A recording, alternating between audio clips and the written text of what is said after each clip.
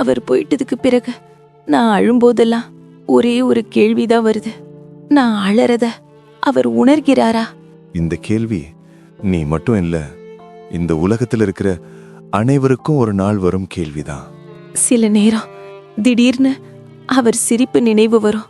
அப்போ கண்ணீர் தானா வருது. அப்போ தோணுது, என்னாலதான் அந்த ஆத்மாக்கு வலிக்குதோன்னு. ஆன்மீக நம்பிக்கைகள் படி சொன்னா நீ அழறத அந்த ஆத்மா உணரும். ஆனா அது வலியா இல்ல. அப்போ என்ன, அவர் சந்தோஷப்படுவாரா? இல்ல, அவர் வருத்தப்படுவார்.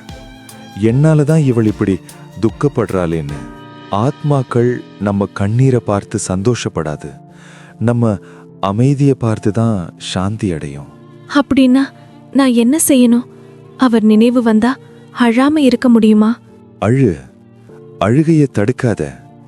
ஆனா அழுத பிறகு இப்படி சொல்லு, நீங்க சாந்தியா இருங்க, நான் தைரியமா இருப்பேன்.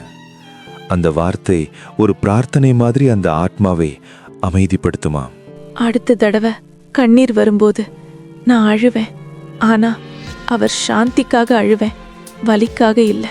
அதுதான் உண்மையான அன்பு. அழுகையில இல்ல, அமைதியில் இருக்கிற அன்பு. Miss you but Jal stay strong.